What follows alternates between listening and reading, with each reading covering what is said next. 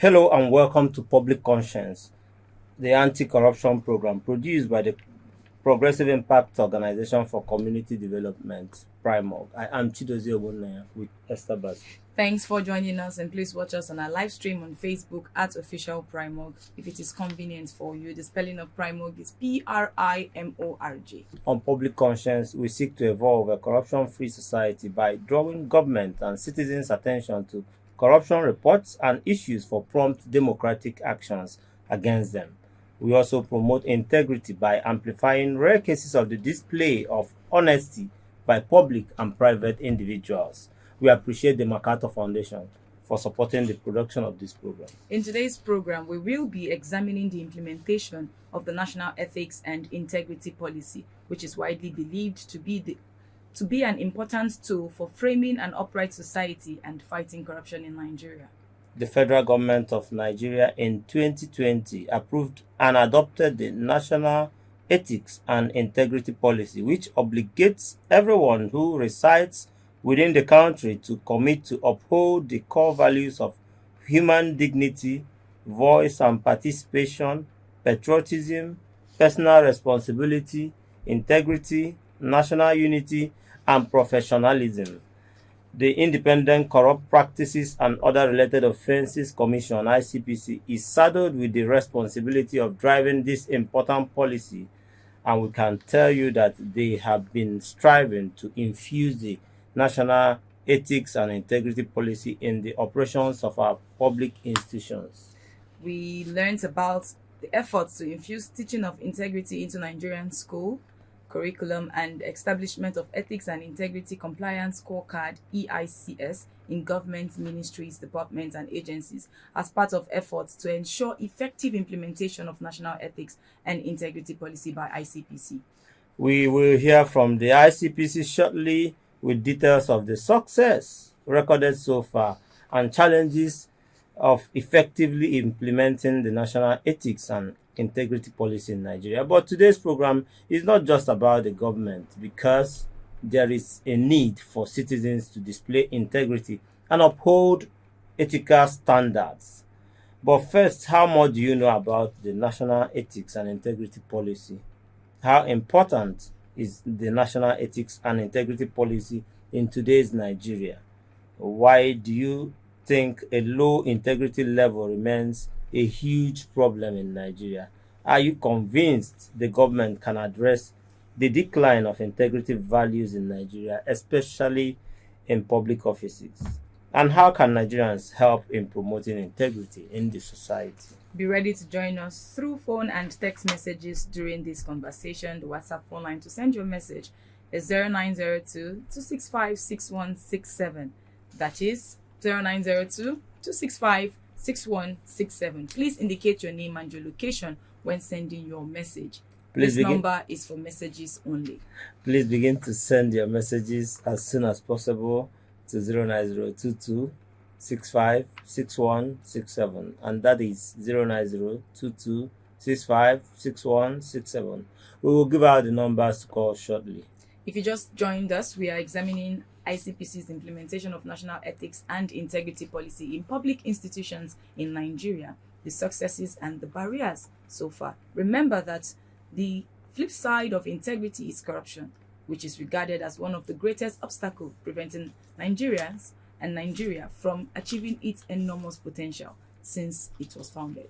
And joining us in the studio with more on the implementation and impact of National Ethics and Integrity Policy are representatives of the Independent Corrupt Practices and Other Related Offences Commission (ICPC). I'm glad to tell you that we have Oko Ode, Deputy Director and Head of Education Division, ICPC. Thank you for joining us. Thank you for having me. We also have Dr. Mrs. Anike Adeshina, Assistant Director, Ethics, Values, and Community Engagements. Thank you for joining us, ma'am. Thank you for having me. All right, let's start off. We have been on this journey for a long time now, talking about National Ethics and Integrity Policy in Nigeria. So let's have you, Oko, bring us to speed with what has been going on for the benefit of Nigerians out there who may not be aware of what national ethics and integrity policy is all about, help us understand or break it down again for them. And what is the aim and why do we need it as a country now? All right. Thank you very much for this question. You will agree that before now, before 2020, Nigeria as a state had tried several other approaches to enthroning proper values within the system. With the Shehu Shagari regime, we had what we call the ethical revolution. After the Shehu Shagari regime, the Buhari Idiagbon administration came in, and we had war against indiscipline. After the Buhari Idiagbon administration, we had the Babangida administration, which came in and I think that was 1985, and gave us what was then known as MAMSA, which today is the National Orientation Agency. The focus of MAMSA was restoration of social justice. That was the approach from where they looked at the restoration of values. After the Babangida administration, we had the Abacha administration that revived war against indiscipline, but added corruption to it. War against indiscipline and corruption. Now, all of these interventionist vehicles, I call them interventionist vehicles, because the purpose was to see how we can get Nigerians to return to a proper value system which we were known for. Value systems that were based on some core principles or core values, which successive governments felt had been eroded. And it was true, it was clear. We were no longer behaving like a people who had a sense of purpose. We were behaving like a people without, let me take it down to the local parlance, without proper home training. Where we were behaving like a people who had no future. We were behaving in ways that were not in consonance with the tenets of positive living and the ideals of our founding fathers. All of these interventionist vehicles did not get us out of the woods. Okay. It worried various administrations. It worried different government institutions. It worried the average citizen on the street who wondered why things could not be done right in Nigeria. Why it was that things that were easily done and obtainable outside the climes of this country were not done properly here. Even by Nigerians who will obey the law outside, but refuse to obey the same law once they get back home. It was worrisome. So the ICPC in 2014, under the leadership of Barrister Iponta, who is now the chairman of the National Salaries, Income and Wages Commission, partnered with the Department for Foreign Development, DFID, and as development partners. But we had the ICPC, the National Orientation Agency, and the Office of the Secretary to the Government of the Federation. They came up with this idea of a policy. They looked at all the previous interventionist vehicles and realized that they did not succeed because there were not policies. I was going to ask that, but go ahead. There were not policies. There were, at best, reform vehicles that were operated on the basis of the whims and caprice of the government of the day. They were not designed to last, to go beyond any government. So they came up with the idea of a policy. Let's have a policy. Something close to an anti-corruption policy.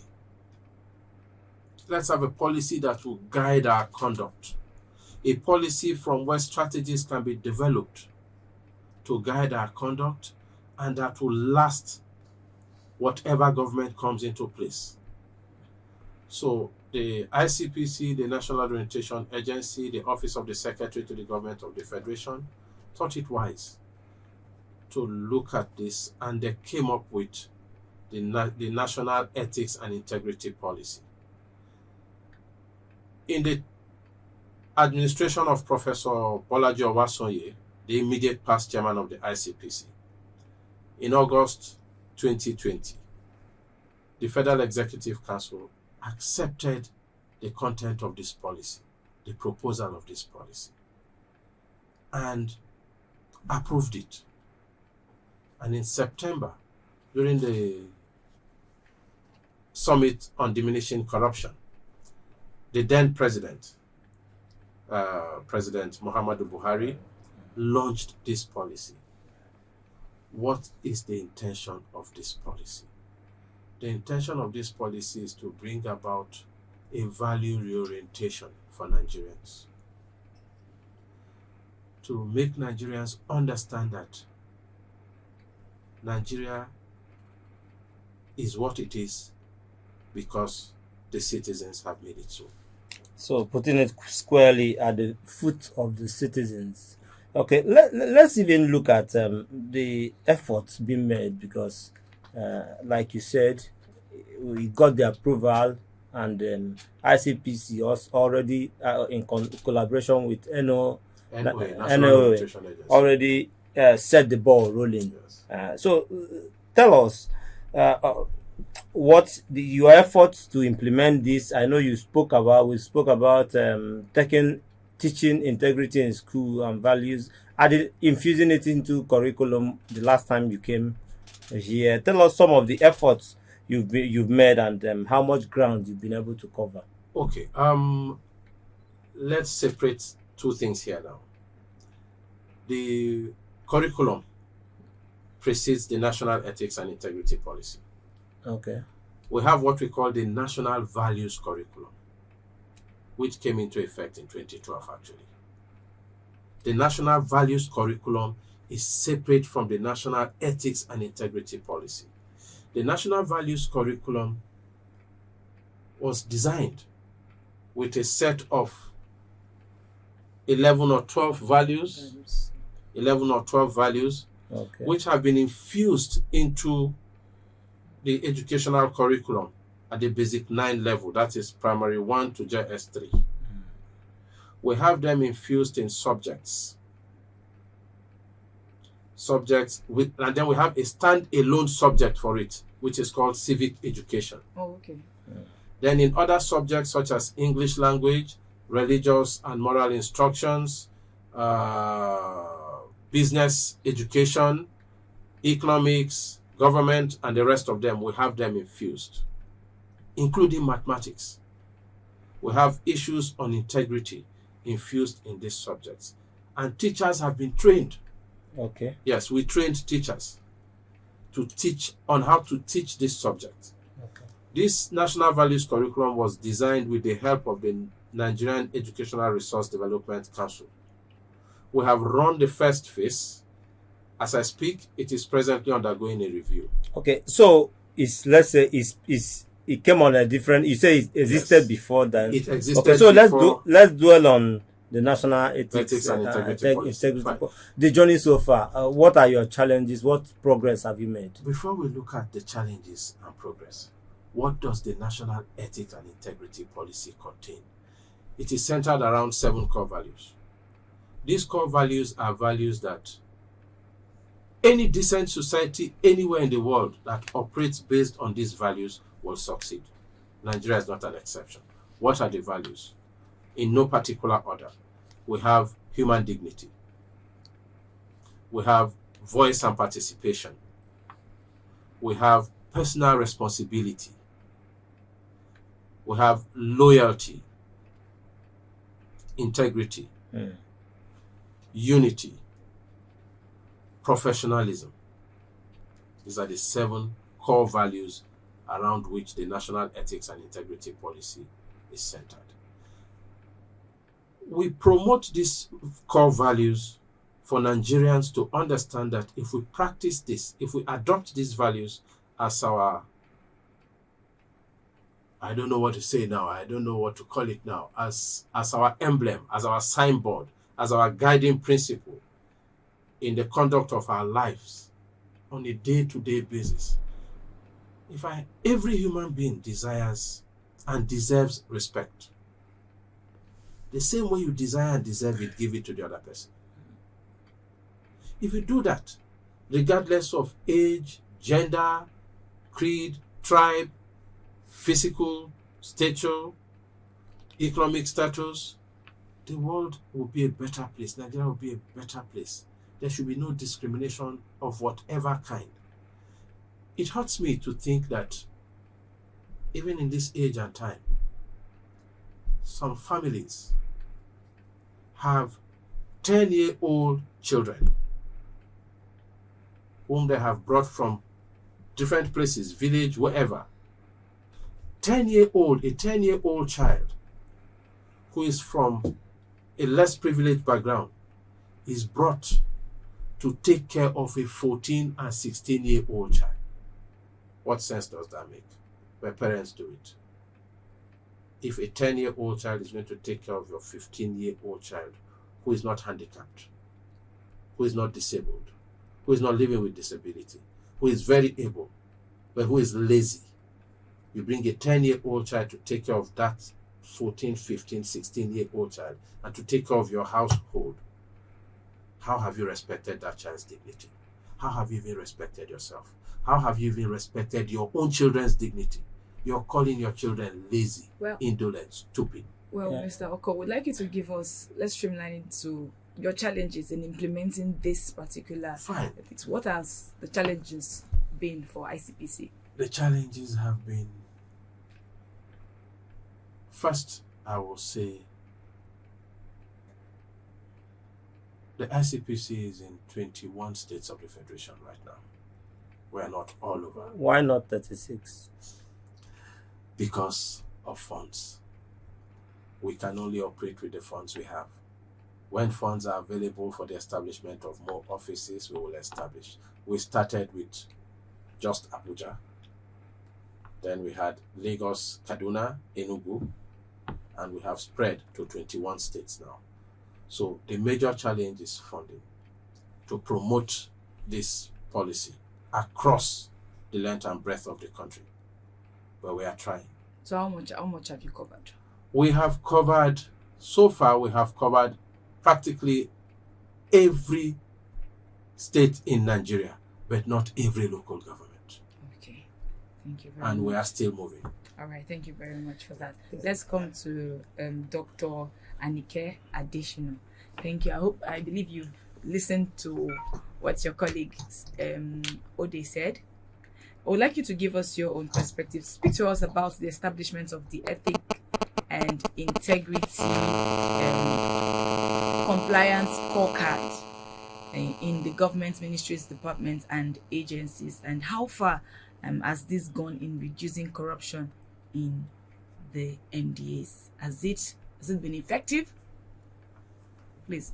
Yes, thank you very much. As you've called it, and as it is, it's a scorecard. What do you do when you score people on a card? You show them the mirror of either what you are right now, and you're saying, I'm propelling you. I'm calling you to action. So basically, the ICPC scorecard is administered with the intent of propelling, MDAs to action. It's not a witch hunting mechanism. It's a mechanism to tell you, look at this. This is where you are. This is what we've observed. And we're drawing your attention to the fact that you need to review probably processes or ongoings in your ministry, department, or your agency. So in effect, the scorecard so far has been useful for the intent for which the commission rolled it out. MDAs have seen it and embraced it as a preventive tool and platform, not a mechanism to pinpoint and say, look, you're doing this or you've committed this. So, However, okay. However, you know what, like I started off, when you look at yourself in the mirror, you could say, oh, okay, this hairdo, okay, I haven't arranged it well. So somehow, some of them have looked inward and have said, yeah, we now know from what the ICPC is pointing us to that we can do better. We now know that, oh, we've been doing better and we can improve on this. So basically, that is as simple as that. In your last, in the 2023 scorecard released, if I'm not mistaken, up to 90 MDAs were indicted of, doing one unethical stuff or the other, and there were quite some that you praised that did well. So I'm thinking that what more are you doing because are you telling us that there's improvement from the way they conduct themselves, the way they go about their ethics and corruption issues, having seen that you score them? Yes. Like I started off, you see, the scorecard isn't a punishment mechanism. It isn't like an outright, okay, we're going to prosecute you, we're going to do that. Like my boss has said, he has outlined what the NE and IP entails, the 7 core values. Some of this 90% or this 90 MDs, what we're just simply calling their attention to, maybe basic things like you need to be more professional. You need to allow for voice and participation in your system. You need to make more room. Yes, you provided room for feedback. You need to, conduct your affairs with national unity in mind. You need to be patriotic, be more patriotic. Okay. So If I may help her here, we also say to them, you need to be more transparent in your activities. Run an open government. Have structures in place to indicate that whatever you're doing is in the interest of the people and the nation, and let it be seen to be so. Now, that we had 90 MDAs and some of them were pointed to areas where they had some failings, does not mean it stops there. Every year, MDAs try to better their previous year performance based on what we pointed out to them in the last year. So what those 90 you saw may have reduced because everybody is struggling to get better. Every MDA is struggling to get better. No MDA wants to be listed as not having performed. Yeah. So when you are listed as not having performed in 2022, in 2023, you want to correct those gray areas and be seen to be performing. So it is actually improving the system. So, all right, we stay with that improvement. That's hope. But I know very much that many people, many commentators will argue that, look, Nigeria, the problem we have is that we are not a consequence country. Like people walk away with whatever they do, and it breeds impunity in the system. So are you not worried that this long group, this grace, this long stretch of grace is also not very good for us as a nation? Well, when you say stretch of grace, are you implying that there are no consequences for breaches? No, there are consequences. Okay. There are consequences. Some of these consequences are administrative. And somewhere in the course of carrying out systems review, we do what we call systems review, where we see infractions. that border on criminal lines, there are persecutions. Yes. Please, can you buttress on what sort of persecution? And then you made mention of administrative. A little bit of. For explanation. example, I give you, we notice that we come to this ministry and there is no structure in place to ascertain whether people come to work or do not come to work. Right? Mhm. There is no register, there's no clocking machine, nothing to show that. We point you to it. We expect that the next time we come, we should see something in place. If we do not see anything in place the next time we come, sanctions will be meted. Yes. Okay. It will be recommended that these anomalies that were identified and were not corrected should be corrected immediately. And where they are not corrected immediately, it will be interpreted to mean there is something else you want to hide. The permanent secretary would be notified.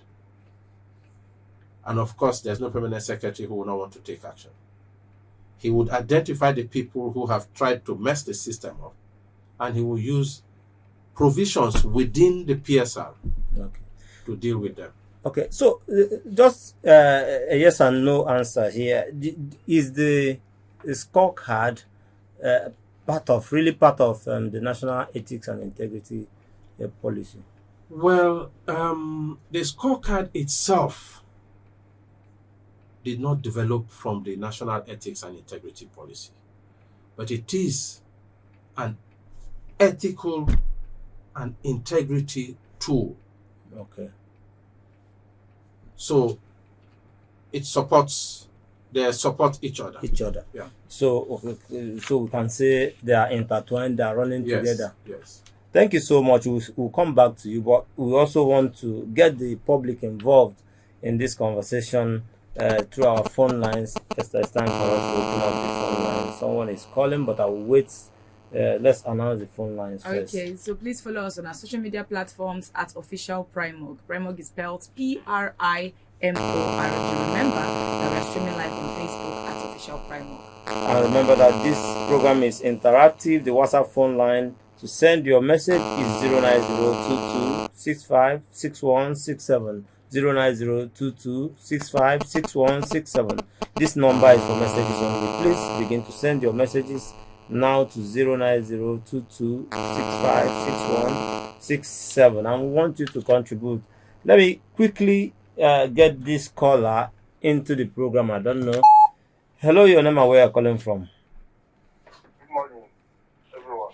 Good morning. Your name, please. My name is Prophet Michael Chiwonke. All right. I want this is directly to the boss of Zambia. When we say core value, integrity, I believe we know what we say. It's not only Nigerian thing, right? Of course. Yes, but this one we are talking about our nation is for our nation national ethics integrity policy. Yeah. Okay. Let's bring it home then. Yes. Nigeria home, right? Yes. It has been red flag coming out from Nigeria. Red flag. Now, as a human being, every one of us have been gifted to bring out gifts so that people will benefit from these and everybody is happy, everybody is blessed. Now, when you bring your own to the table, I bring my own to the table, Nigeria will be peaceful. But then we have left this blessing that is on plan A to plan B. And when you leave plan A to plan B, you are no longer with that purpose God has established you as a human being. Now, at the end of the day, lived 100 years, died. We are going back to Mother Earth with that same blessing on top. And that's why we say the whole treasure in the world is in the grave. Because people come to this world with the very gift God gave to them on planet 8.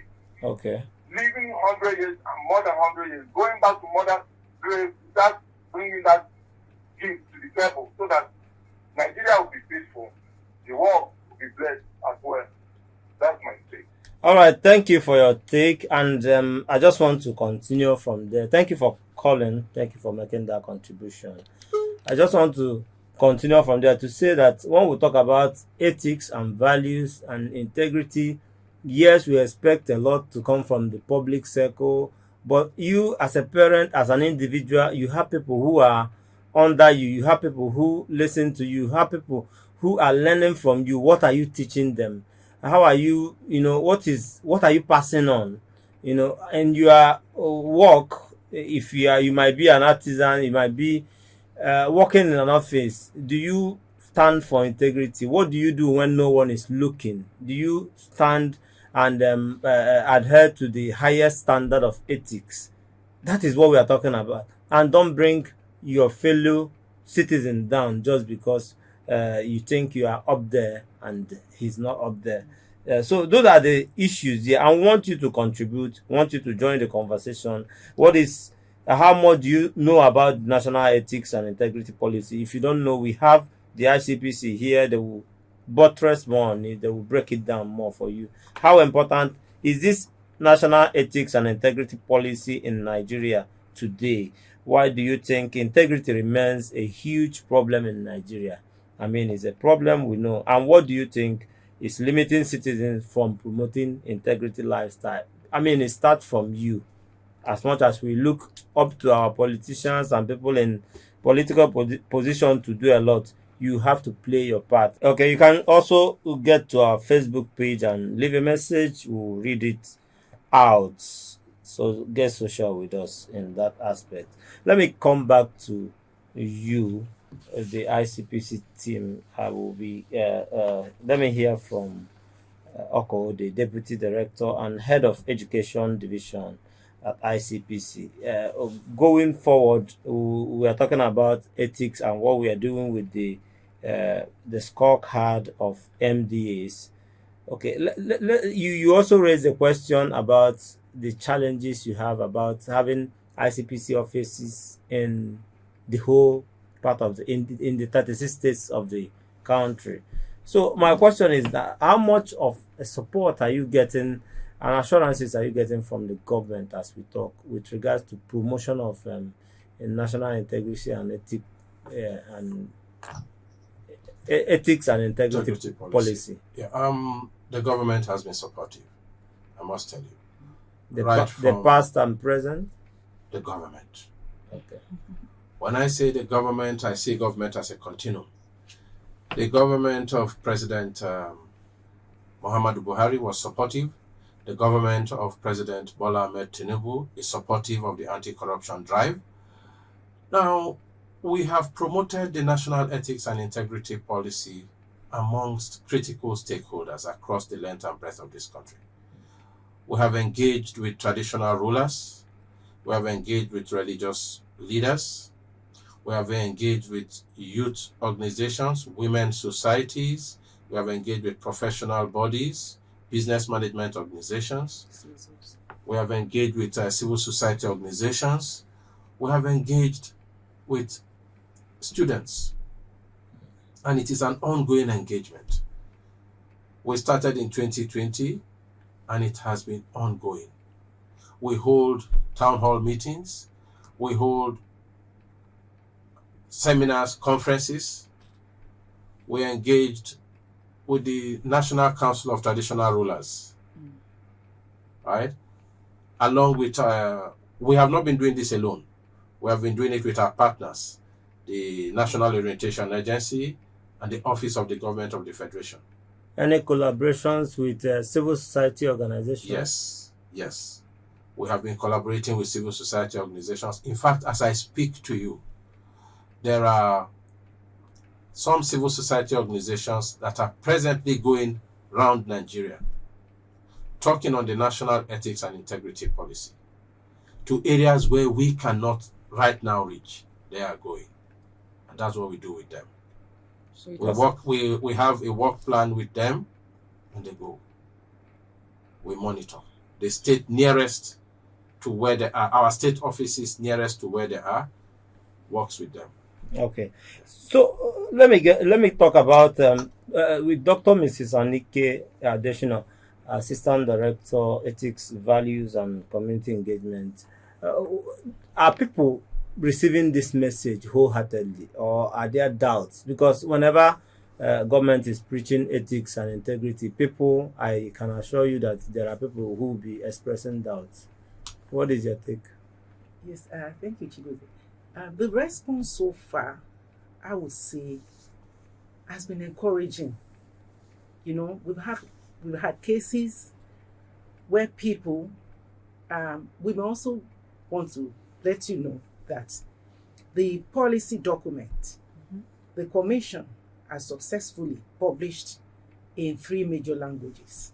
okay. So we've had people come up with, oh, we never knew, that all of these things have been going on since 2020. Some of them actually came out to say that. So far, the journey has been that of, I would say, very, very encouraging success. In whatever you put out from time to time to, mobilize the public on and against corrupt practices, it is not in all of these instruments that is put out that you get probably what you want to imagine as 100% response. But by and large, we can say as ICPC that Nigerians have been responding positively.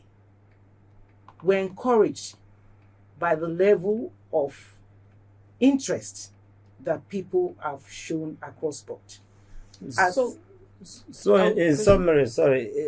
summary, you are saying that if by going by your monitoring and evaluation, because I know you people do that, and from all your measuring barometers, you are saying that the national ethics and integrity policy, which you've been moving around the country to try to push out, is paying off. Do you think it's paying off? Indeed, we can say it's paying off. We've had cases of, we have collaborations with Nigerian Union of Road Transport Workers.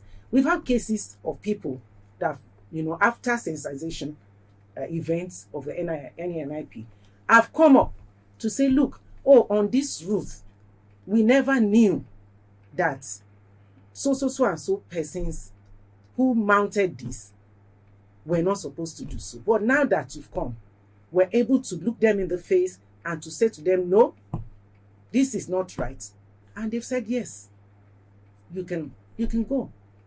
So it has sort of energized Nigerians who know their right as regards these core values to say, oh, we now know we can report this to the ICPC.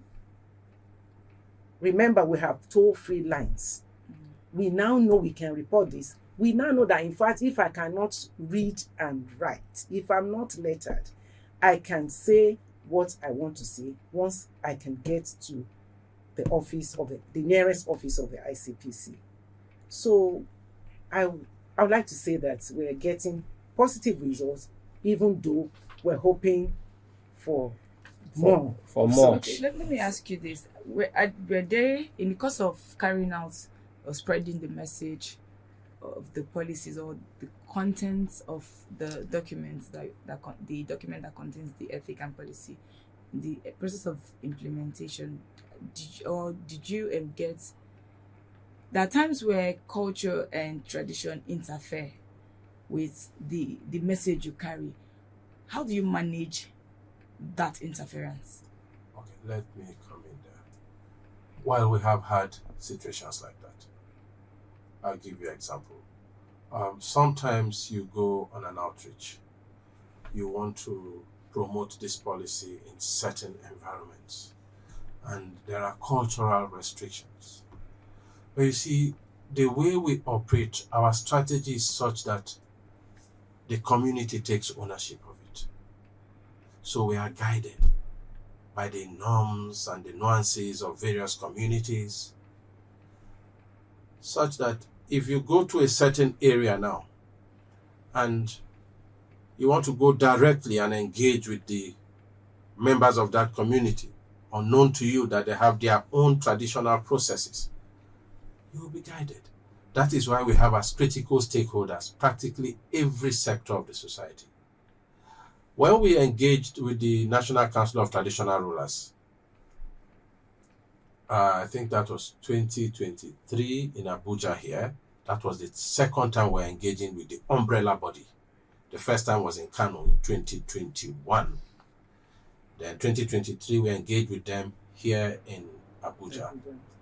And we told them some of the challenges we had. I can tell you that the Sultan of Sokoto said to us, some of these challenges are culture bound. Approach the traditional rulers. Tell us, you want to come to our community. This is what you want to do. We will tell our district heads to organize the people. We will guide you because this message needs to go down to the people. That is the kind of encouragement we get. So they're willing to carry on this message They are and run with it. very, very willing. What are you doing on your own to promote integrity of people, your own personal integrity and people around you, so that they can copy and become better? And what are you expecting? Do you think the level of corruption in the society is affecting citizens to also display corruption in their little corners? So join us and let's have this conversation. Let me come to Dr. Additional. Additional. Right. So how can citizens assist ICPC? Because I know that you engage with them. So how can they assist ICPC in achieving its aim of robust implementation of this national ethics and integrity policy? And are you affected in any way by the politicians? Okay, first you said the question is, how can the citizen Assist. Yes. So we have part of our mandate, mechanisms for fostering and mobilizing the publics on and against corrupt practices, and the embracing the NNIP isn't an exception. So what we do is to first identify our various publics, we segment them, and then we have tailored strategies tailored to attract them. For instance, if I'm taking the message to market women, I wouldn't go speaking Queen's Own English, and I wouldn't go dressed like somebody in the banking hall. So we've learned over time, and we continue to review this, to present to our audience the strategy that best, in our own opinion, attracts, fostering and mobilizing them in support of the anti-corruption drive. So what can I as a citizen do So to help? So what you can do as a citizen is to first understand that we're open to receiving your complaints, and then you're also to know that this policy is for everyone. We're to live by example. As citizens, the change we so desire should start with you. As a citizen, you're meant to do what is right. Okay. You're meant to exemplify all of these core values. Okay, madam, I'm just wondering, for citizens out there that believe that don't believe that the government can fight corruption, there are segments of the society that don't believe in government fights against corruption. What will you tell them? Well, as you're aware, you can take a horse to the riverbank, but you cannot force the horse to have water. So in effect, I mean, this is not strange to us as a nation.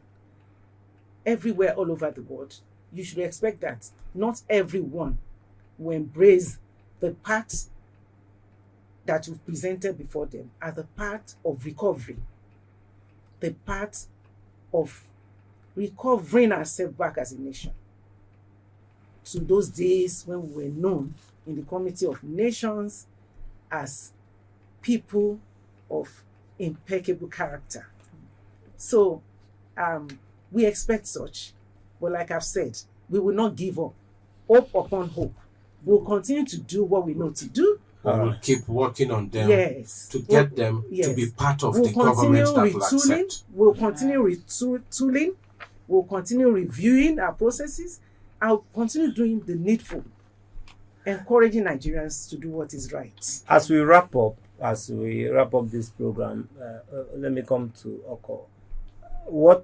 How difficult it is for you to, go toe to toe and face to face with politicians in your work, in the fight against corruption, which is part of your core mandates? There's no challenge in dealing with politicians. It's the same thing. You say it as it doesn't exist. is that It's not easy. a problem. It exists, but it is not anything different from dealing with people in other sectors. We as Nigerians, we create the impression, or we seem to vilify politicians for being politicians. There is no society that exists without politicians.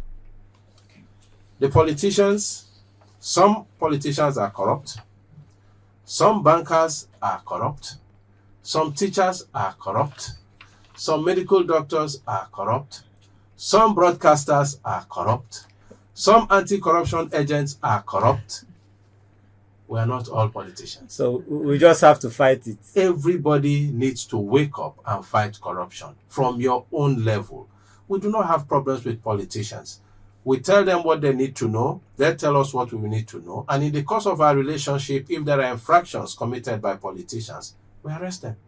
It's as simple as that. All right. We hope that you continue to be bold and look them in the faces and tell them the truth. And when it matters most, put them behind bars. It will be our greatest joy to see Putting them behind bars is the job of the judiciary. Yes, you prosecute them, and the judiciary will do the needful. And we are all striving and longing for a better society. Sure. I think that is what we are. That's the bottom line. The bottom line. Yeah. It is a leveler. The corruption is a leveler, and the common denominator here is that it affects everybody, both the rich and the poor.